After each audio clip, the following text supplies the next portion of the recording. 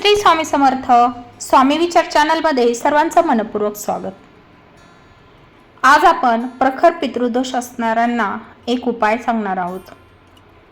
तर पितृदोष असल्यावर पितृयाग दान करणे जसं गरजेचं आहे तसंच पिंपळ पूजन करणेही महत्त्वाचं आहे।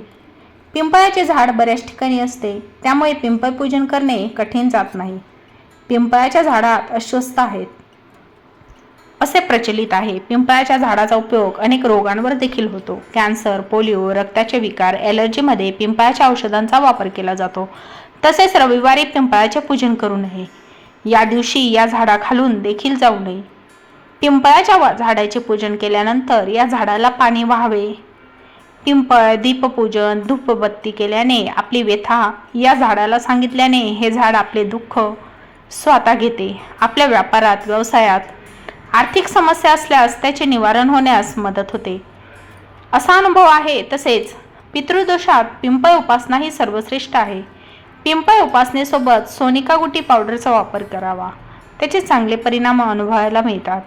आपल्या वास्तूत मित्रांशी नातेवाईकांशी संबंध सुधारण्यासाठी, नातेसंबंध दृढ होण्यासाठी, उधार दिलेले पैसे परत मिळण्यासाठी पिंपळ पूजा सर्वश्रेष्ठ आहे।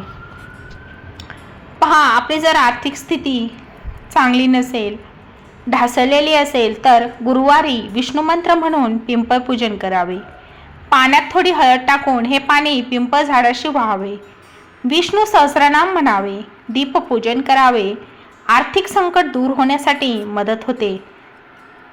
शनिवारी शुचिर्भूत होऊन या झाडापाशी जावे, तेथे मिठाई गुळ झाडाच्या बुंद्याशी ठेवून दीपपूजन करावे। तसेच नमस्कार करून आपल्या समस्याचे सांगणे करावे।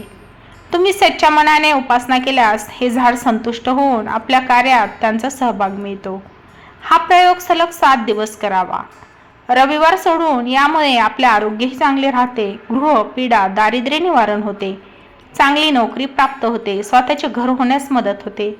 व्यवसाय कारखाना बंद असल्यास त्यामध्ये चांगल्या कार्याची सुरुवात होते। पिंपळ वृक्षाचे महत्त्व अवर्णनीय आहे। महाकवी तुलसीदास कुत्र्यांना अन्न देताना पिंपळाच्या झाडाखाली अन्न ठेवत असत, त्यामुळेच ते हनुमान चालीसा या झाडाखाली लिहू शकले। ते उत्तम ज्योतिषशास्त्राचे चांगले ज्ञान त्यांना होते। जी व्यक्ती पिंपळ पूजन करते अनेक समस्यांचे निवारण होण्यास मदत होते।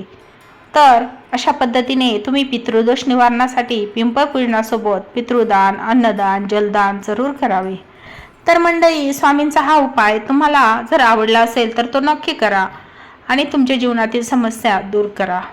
त्याचप्रमाणे अशाच नवनवीन उपायांसाठी, स्वामी विचारांसाठी आपल्या स्वामी विचार चॅनलला फॉलो करा, सबस्क्राईब करा। त्याचबरोबर समोरील बेल आयकॉन प्रेस करा, जेणेकरून पुढील व्हिडिओचे नोटिफिकेशन तुम्हाला लवकरात लवकर मिळेल।